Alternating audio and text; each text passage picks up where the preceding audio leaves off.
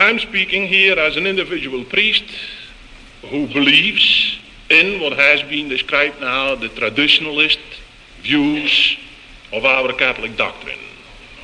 No one has ordered me to stop expressing those things, because I don't believe that anyone could tell me or you that what we have believed in all our lives has been wrong. I am saying these last 3 months exactly what I have been saying ever since I started teaching catechism to little children. I haven't changed my doctrine. If it was right these 23 years of my priesthood, it is still right today. And that is why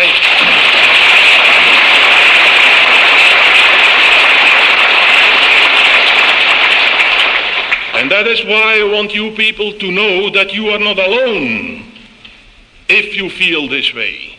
It's very little that I can offer you in moral support. I think you good Catholics and the traditionalist Catholics deserve better leadership than the one I as a simple priest could give you. But unfortunately, no one has had the courage to give you that leadership to which you are entitled. And as long as I am able to speak, I know it's poor English, that's the main weapon against me now. They can't attack my doctrine, they can't attack my situation in the church. Now the main argument against me is that I'm an immigrant priest who doesn't even speak good English, so why should he speak? These are words by a priest, mind you, who writes like that about his brother priest in a syndicated national column in the Catholic press. What I'm here to say tonight is that those of you who are disturbed, that those of you who are not willing to go along with certain things happening in our church, have a right to oppose it, more than that, have a duty to oppose it. Why? First of all, it has been said, oh, those traditionalists, a bunch of old people, disgruntled old folks, the minimum age requirement is 75, and things like that, All I can say that in Detroit they have some very young-looking and good-looking 75 old ladies around. So all it is a bunch of disgruntled reactionaries who just want to keep the Latin in the liturgy and hate everything English. That is not true. First of all, what do we traditionalists ask? Are we disobeying the Pope? Are we disobeying the liturgy constitution of the Ecumenical Council? If you believe the Catholic press, that's what we are doing. Yet I challenge once more to anyone who wants to do it, to debate me anytime, any place at their convenience, any or all of the doctrines contained in the Catholic Traditionalist Manifesto. The challenge has not been accepted yet. What do we ask in regard to the liturgy? We ask the full implementation of the liturgy constitution as it was voted by the bishops in Rome and promulgated by the Pope, but not as it is interpreted by the extremist so-called experts of the left. We ask that the entire constitution of the liturgy be applied. Article 36, because I see some people are taking notes, it's 36 and 116. So you get it straight. Article 36, which says the Latin language must be preserved in the liturgy. Article 116, the Gregorian chant must continue to occupy the principal place in our liturgy. May I ask, who is disobeying the Pope? Maybe you could answer me, telling me when was the last Latin High Mass in your parishes.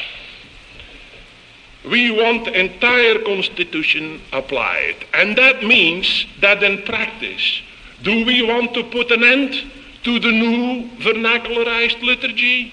No. Most of us don't like it.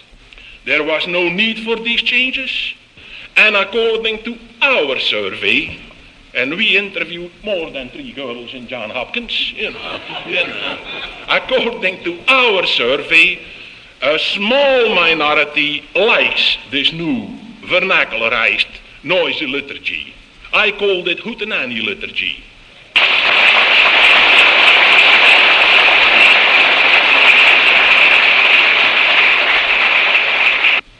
And I personally, I'll go to any church on Sunday to celebrate Mass according to the new style, which I detest. But I'll do it to accommodate those people who really believe they appreciate the Mass more now and get closer to God. But the majority of people who detest this new kind of liturgy, they should not be forced to swallow that kind of food to which their stomach revolts.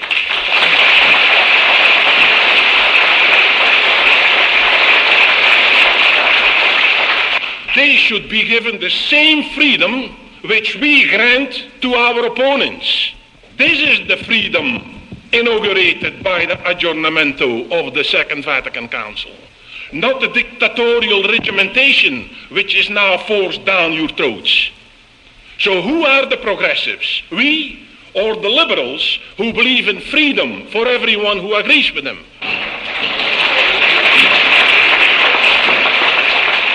And this is the meaning of what I proposed at my first press conference in New York in April. Something which the press called a referendum I was asking for.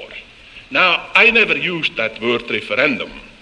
The newsman pinned that on me, and since the professional press, not the amateur press of our chanceries, since the professional press has been very fair and objective to us, that is why I went along with them and used the name referendum, so as not to make it look as if somebody had goofed a little on the side. Someone always out to belittle whatever we stand for said, "Is this fellow a doctor of canon law? Doesn't he know that there are no provisions for referenda in the church?" I certainly do. I know a little bit of canon law.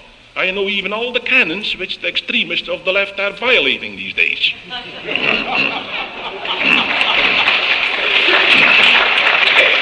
Then another objection was, where is he going to get the money to organize a referendum? Does he know what kind of organization that calls for? This guy is living in the clouds. Was he? How much would it cost? Not 1 cent. Because this is what I proposed, and this was the contents of my telegram to the bishops in the United States. I respectfully submitted to them. I didn't tell them what to do. Only the extremists replaced the Pope and the bishops. We traditionalists still believe that they call the shots. But we suggested that beginning on Easter and the following 3 Sundays, the number of masses in each parish would be equally and fairly divided into a number of masses conducted according to the new vernacularized liturgy. And an equal number, fairly spread, not everything at 6 o'clock in the morning and the rest at 11, but equally and fairly divided, an equal number of masses according to the old Latin liturgy. And then tell the people in advance from our pulpits that in full obedience to the church and in good conscience, the choice between the 2 types of liturgy was theirs to make. By attending the Mass of their choice, each Catholic American man and woman would indeed, by his or her presence, be casting a vote in what would be truly a national referendum. On the basis of the experience of those 4 weeks, the local pastor, and not some stuffy chancery desk officer, or some so-called expert in some seminary or university, but the local pastor would then decide what permanent system is best suited for his parish. Meaning not that he would force the majority system on everybody, no. He would determine so many people want the new liturgy. We'll have 1 or 2 masses according to that system. So many want the old liturgy, we'll have so many masses according to that system. If that had been accepted, all the trouble in the liturgy in the United States here would be over, because everyone under this referendum would have been a winner. There would have been no losers. Everybody would have had the liturgy which brings him or her closer to God. And every Catholic would again have felt at home in his church, which is unfortunately no longer the case. This is what I proposed. Is there anything un-Catholic in it? Is there anything un-American in it? I think it's good American and good Catholic system.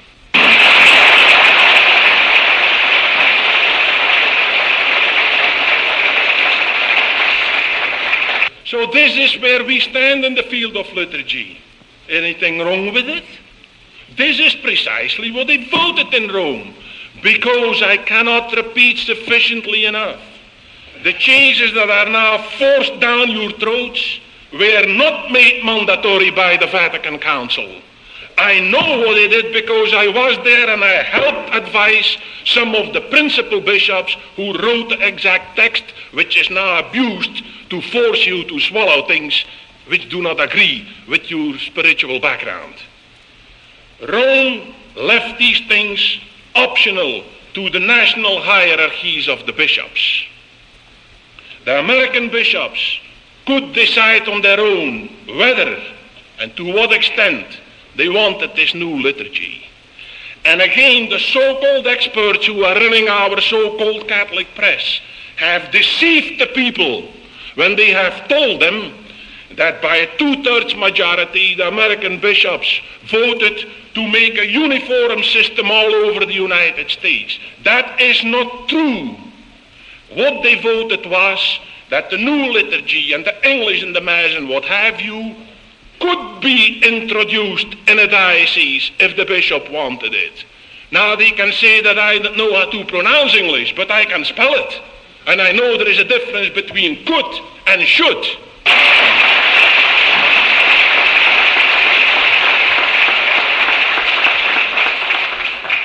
And since we know that English translations in the United States are not reliable because they are falsifying them right now, that's why I always, as a good traditionalist, I check the original text, and that still is in Latin. There is a difference between licet and debet. Why would these changes have to be introduced in the United States? There was no need for this. This new liturgy was not American-made. This was imported phony stuff from Europe. Now they play it out against me. I am the immigrant, which is a fancy term of saying, damn foreigner, go home.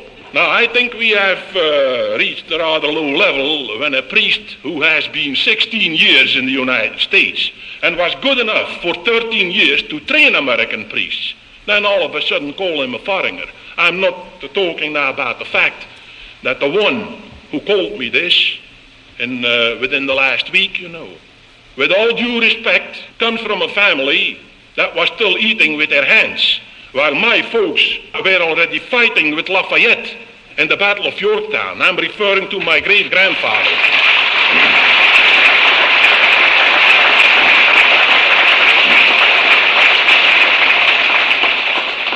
Now this new liturgy and this new theology, that was introduced by people who were real foreigners. They are the ones who brought that stuff in here. You didn't ask for it. They tell you that the people asked for all this. Did anybody ever ask you? No. And why was this necessary in the United States? It wasn't. Maybe radical changes in the liturgy might have been necessary in some European countries. I am, through my family background, my educational background, 50% American, 50% European. The one who is now called here the damn immigrant, I used to be called in Europe the damn Yankee. So, what can you do? You can't win, Now, being of this European cultural background, I hate to say anything disparaging about the church in Europe, But I say it with a sad heart, but I say it because it's the truth. When I joined my folks in the United States in 1949, I welcomed this opportunity for many reasons. One of the reasons was because I had witnessed the decline of the Catholic Church in Europe. And I knew already, through my friends and my relatives, that here in the United States was the last bastion of Catholicity.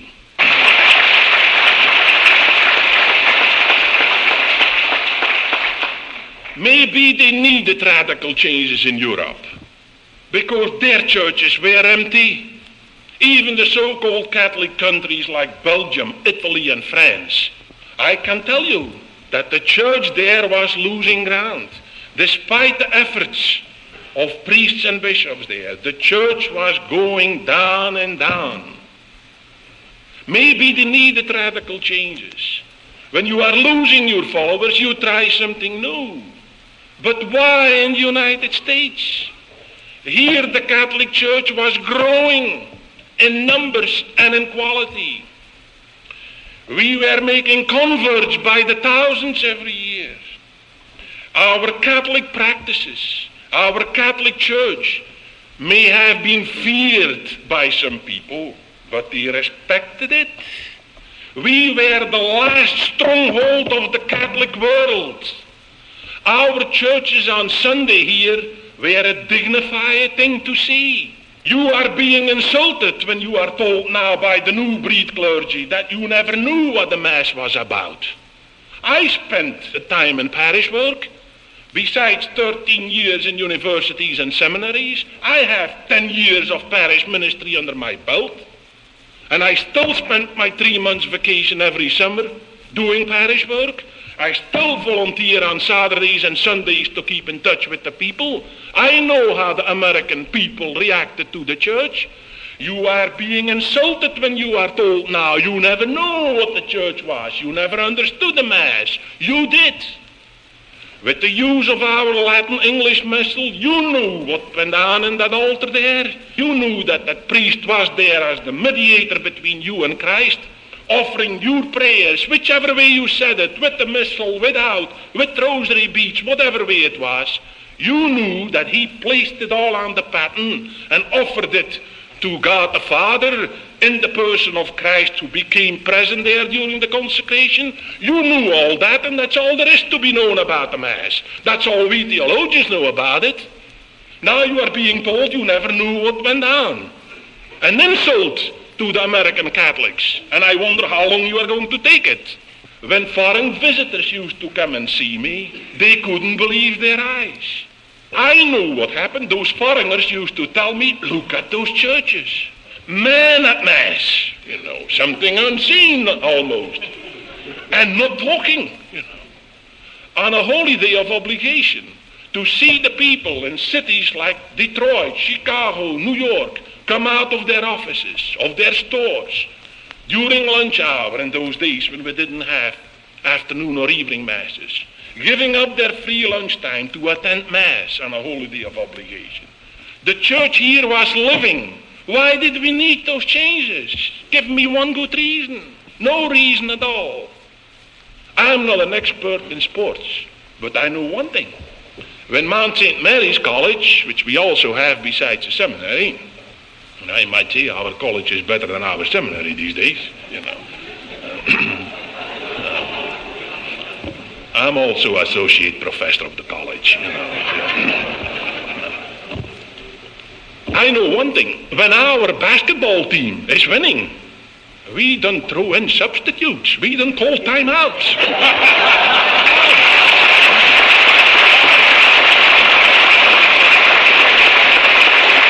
The church in the United States was not in trouble, so I changed the tactics. Give me one good reason. None whatsoever. Those things were not asked for by the people in the United States. There was no need for it. Then why introduce them? What have they brought forth? Confusion, nothing else.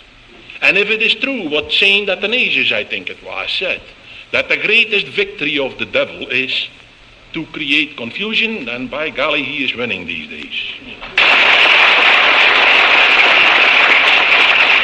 So what are we asking our bishops? Because we are not telling them what to do. We are asking them to please do here in the United States what they themselves voted in Rome. An option between the two types of liturgy, so that all Catholics might feel home again in their church. Is it a question of how much Latin and how much English? Is it a question or whether to replace our church organs with Cuban guitars or Congolese drums?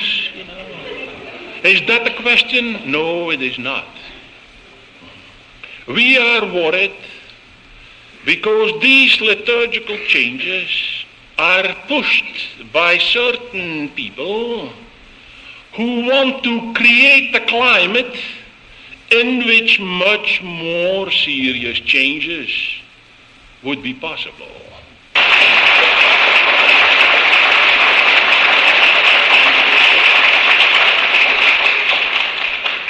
Changes which will affect not only our architecture, but which affect our very Catholic faith. Some of the changes in our liturgy and our architecture are bad enough. I experienced a first in my life today in your good city of Detroit. I have traveled, a few parts of the globe, I might say, but tonight, this afternoon rather, was the first time in my life in any country in the world where I entered the Catholic Church where I did not find a statue of the Blessed Virgin Mary. The fight of the traditionalist Catholics is not one over English or Latin. It's a fight involving our Catholic identity. It's a fight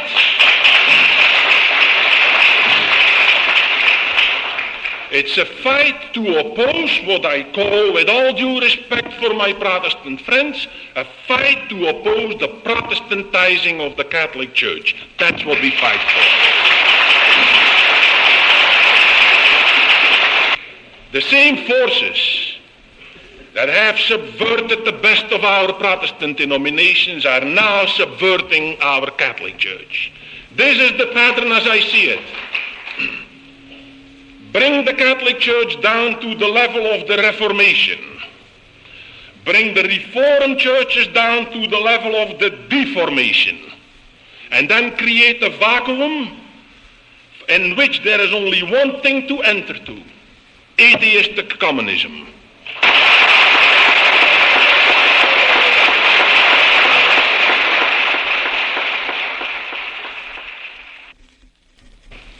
I am not anti-Protestant. Those who served with me in World War II know that I never had any difficulty with any Protestants. That's not the question. I personally, and the traditionalists who will share my views, we are willing to fight for the right of freedom of any Protestant to believe what he believes in. But we are not going to become Protestants ourselves.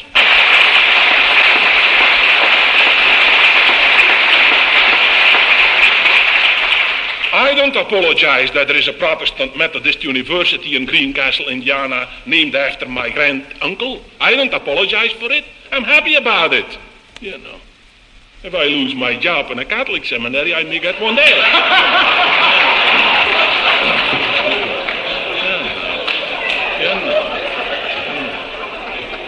Maybe the day will come that I'll have to bank on ecumenism. You know.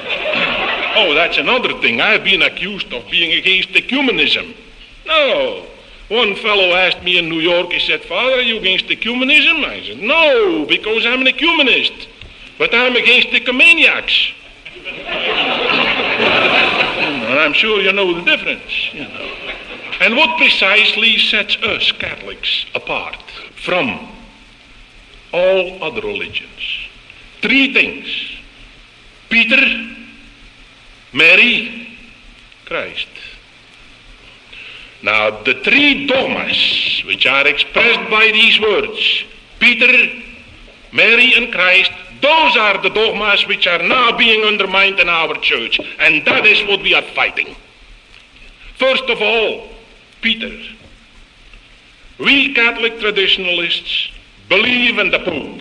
So now they tell us that we are disobeying the Pope. Is that so? I asked them, where and where? On what points? We Catholic traditionalists are indeed, and I say this in great seriousness, we are the best friends of the Pope and also of the bishops. Because we want to keep the structure of the Catholic Church as Christ established it. A hierarchical structure based on 12 apostles, with one of them as the supreme pontiff over all Christians, including the bishops.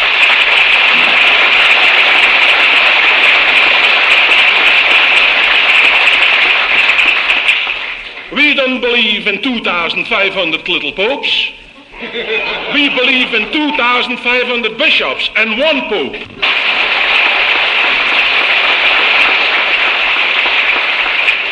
And if anyone tells you, come on, nobody is undermining the supremacy of the Pope, is that so?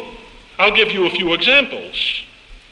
Was it an example of de facto recognition of the Pope's supremacy when a certain cardinal, and the Lord rest his soul, started to collect signatures at the end of the Third Vatican Council session, protesting against the Pope's decision not to discuss freedom of religion at that particular time?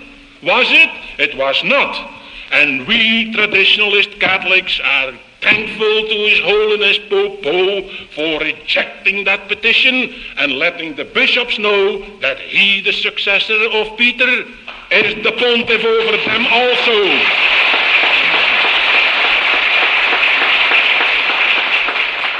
And as long as I can get an extra crack in here against the amateur so-called Catholic press, I'll give you another one.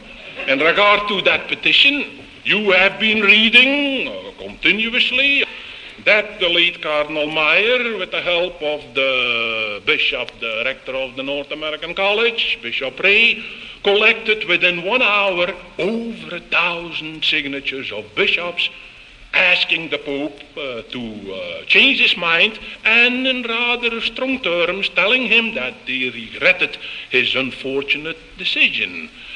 Over 1,000 signatures, they said.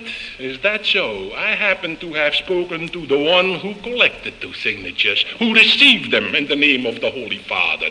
There were exactly 400 and a few more signatures.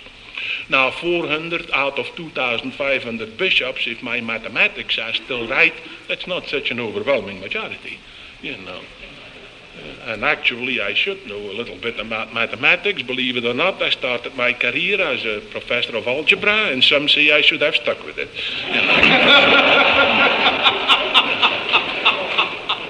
So this is what we want.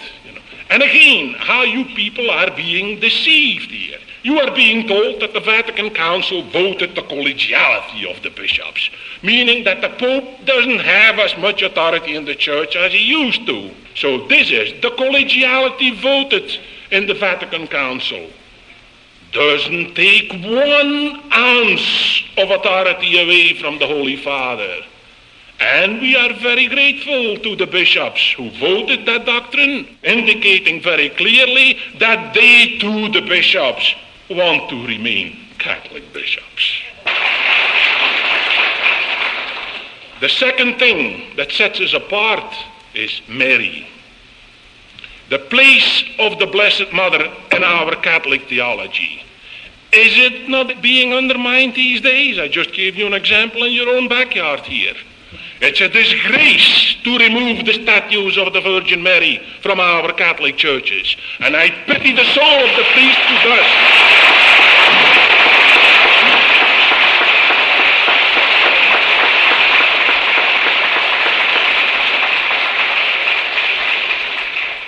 I am the last one to condemn a fellow priest. But if that's the kind of new breed our seminaries are turning out, then we in the seminaries have failed.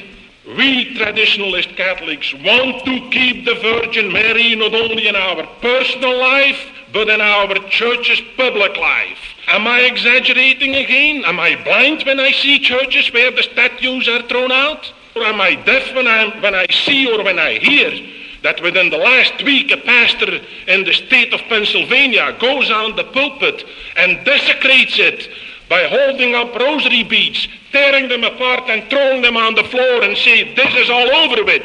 May the Lord have mercy on his soul. And if anyone says that I am one who stirs up the people, do I have reason to stir them up?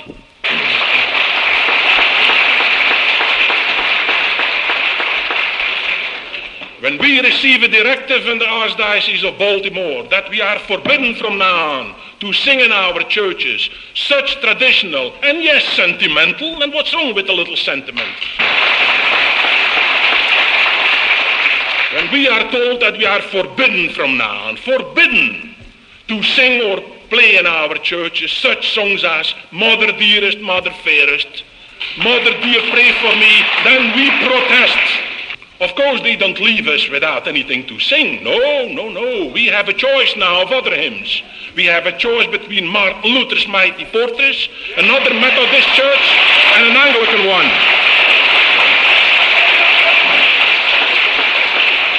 Because again, we get great satisfaction from the position taken by the Holy Father Paul VI. Don't let your leftist press fool you, ladies and gentlemen. When they come up with quotations taken out of context, making the Holy Father sound as if he is completely in the left corner, he is not, ladies and gentlemen. I don't pretend to see the Pope every other day, but I know a little bit about what goes on in Rome, I can tell you that. And even if you don't have the inside track, don't believe the few crumbs that seem to be thrown in the direction of the extreme left. Just watch to what the Holy Father is doing, and then you will trust that once all this noise subsides, the Catholic Church will be what it always was. I mentioned already how he put, with all due respect, certain bishops in their place. What did he do in regard to our concern about the Virgin Mary? Oh, plenty. Plenty.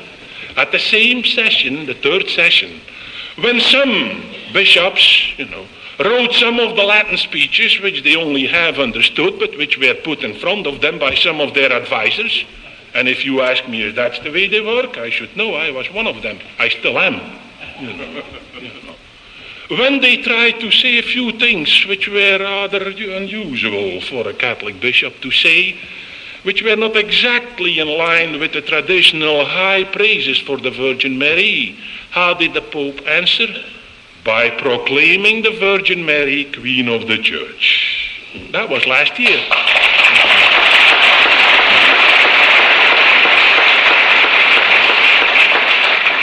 When the same extreme leftist said, down with the rosary beads, that's no devotion, that's no good, that looks like Buddhism.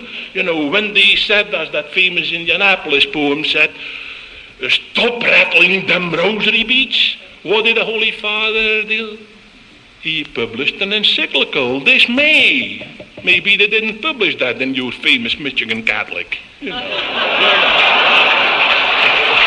Now, what did he do? He published an encyclical praising the Blessed Virgin Mary, using all the traditional terms. Among other things, he told them that among the greatest Catholic devotions was the family prayer and the rosary. In other words, in beautiful Latin theological language, the Pope said, start rattling them rosary beads again.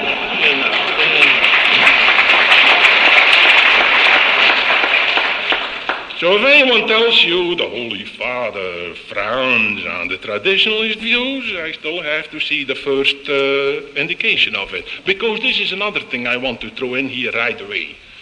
You have been told that I have been condemned, or rather that the traditionalist doctrine has been condemned by the Cardinal Archbishop of Baltimore. It has not, ladies and gentlemen. I have been placed before the choice. Either get out of my diocese or give up the public leadership of this movement. I gave up the public leadership of this movement because I had never disobeyed an order of my superiors before. I must admit, neither had I ever faced an order which I considered unjustified. But I obeyed it because I was not going to give the world the spectacle of a priest publicly disobeying his immediate commanding officer.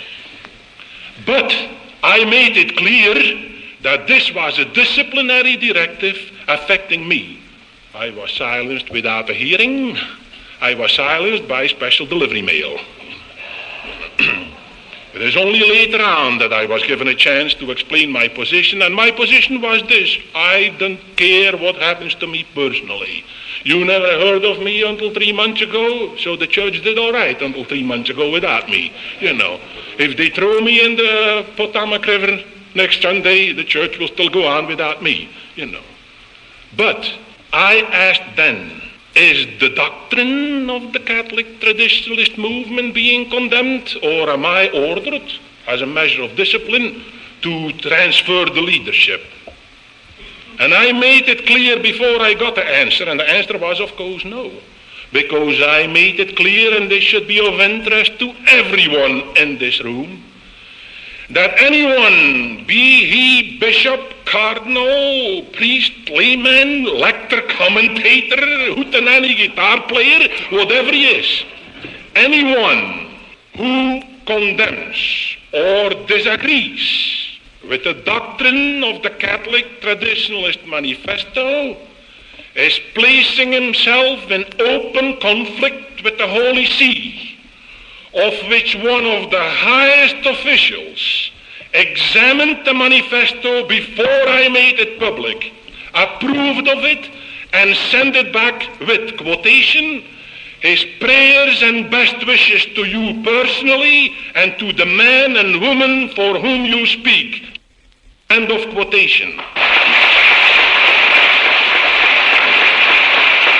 And then the third and final thing that sets us apart from our non-Catholic religious denominations is our belief in Christ, the living Christ in the Holy Eucharist. We Catholics believe that when anyone enters our churches, he is not entering just another prayer hall. He is not entering another religious dining room where banquets are being held. He is entering the home of the living God. And this is why we oppose some of these new liturgical changes. We don't want tables, we want altars in our churches.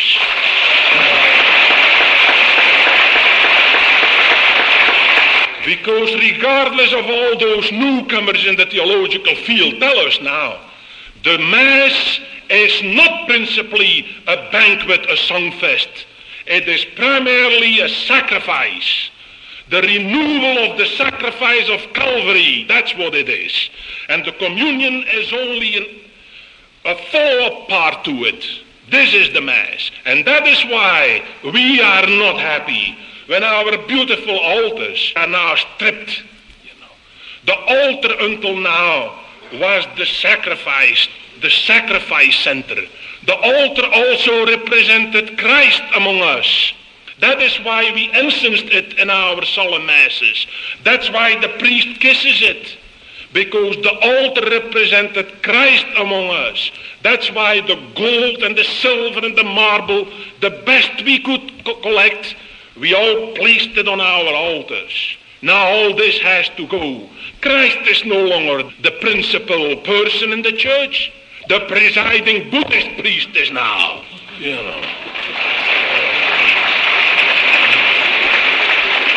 You don't come to Mass to see my face. You come to Mass to communicate with your Maker. A lot of parish priests have the best of intentions. I know that. They think that turning those altars around and bringing it closer to the people makes it so much easier for the people to see the Mass, and maybe they'll understand it better and maybe they'll appreciate more.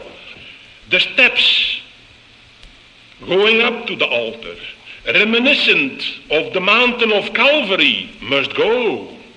The crucifix, which used to be the center of our sacrificial service, gone, or reduced to a ridiculously minuscule thing there.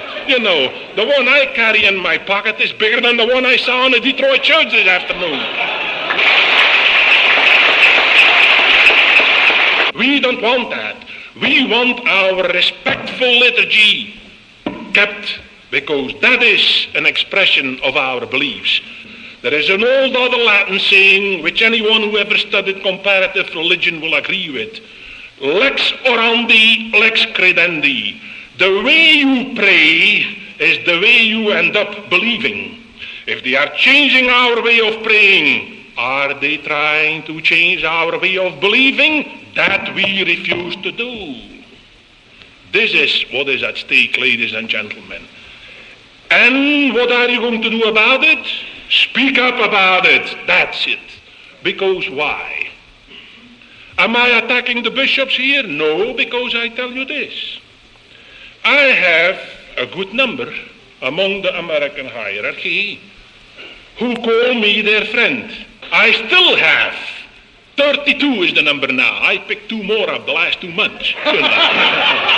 I have now on record, besides the high Vatican official, and when I say high, you don't have to go much down from the Pope, I can tell you that. And I can assure you that the Holy Father too knows exactly what the Catholic traditionalist movement has been doing in the United States. Now, if you let your bishops know that their palace guards did not bring to them your true feelings, then I am convinced that your bishops will have the moral courage to reverse their unfortunate decisions. And until 2 weeks ago, I had a difficult time backing this up, because I'm not at liberty to reveal those 32 names. Someday they may just provoke me enough to do it. And I am convinced that if you let your bishops know what the people want, that they will reverse that decision, because we have a very good indication already.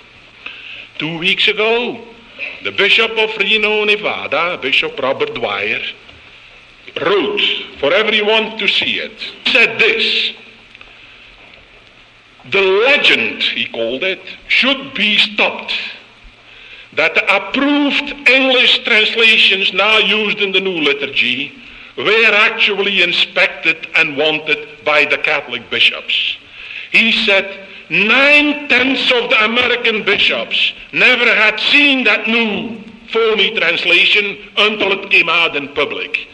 Now I immediately took that up, and I said, not only does this apply to the atrocious English which is now being used in our churches, it applies to the whole liturgical change that is now being forced on our people. 9/10 of the American bishops had nothing to do with it. Now what should they do now? Again, I'm quoting the Bishop of Nevada, and I respectfully place his words before every bishop of America. Quote Bishop Dwyer of Reno, Nevada: when a blunder has been made, it takes courage and prudence to undo it and remedy it. Let's do it as soon as possible.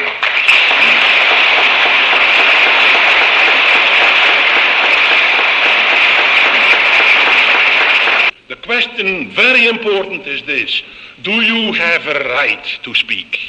Are you disrespectful when you express your views by writing to the Pope, by writing to your Archbishop, by writing to the Apostolic Delegate, by telling your local priests? Are you disrespectful? You are not. Are you disobedient? You are not. You are, if you speak up, doing exactly what the bishops voted last November in Rome, asking you to do it. Namely, and I'm quoting here Article 37, note takers, write it down, 37 of the Constitution on the Church, where it clearly states that the laity has the right and the duty to express their views to their bishops. And again, I tell you, beware of those phony so-called Catholic journalists who are now publishing in their newspapers a falsified text of that Constitution by changing the Latin text of number 37, by making it look that you have to go and express your views through the established channels. That is not in the Constitution on the Church. Because if you contact the established channels, you run precisely into that pseudo-leftist pseudo-expert palace guard, which will make sure that your archbishop or your cardinal or your pope never sees it. So you must speak up as a group. You must ask audiences with your bishops and cardinals and ask them respectfully to see a representative group of you people, to let them know that you are not trying to disobey them, that you are exercising your right voted by the Ecumenical Council last November. We hear so much about dialogue and aggiornamento. Now we have reached the point where we are entering into conversations with non-Catholics, but our own traditionalist Catholics are not allowed to speak. Is that aggiornamento? That is what I call reactionary retrogression instead of progress. The time has come that you Catholic laymen and women might have to save your own church.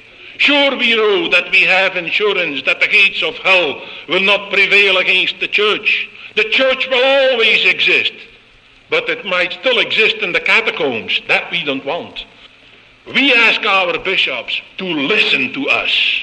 It is late, but we ask them, please listen to your people. The people whom you bishops described in the Constitution and the Church of possessing maybe even charismatic powers, meaning that God might speak through you, lay people. You people have to tell your bishops and your priests and the Holy Father that you are asking only one thing, to remain Catholics. Is it asking too much? It might be late. I just hope and pray that it is not too late. Thank you, ladies and gentlemen.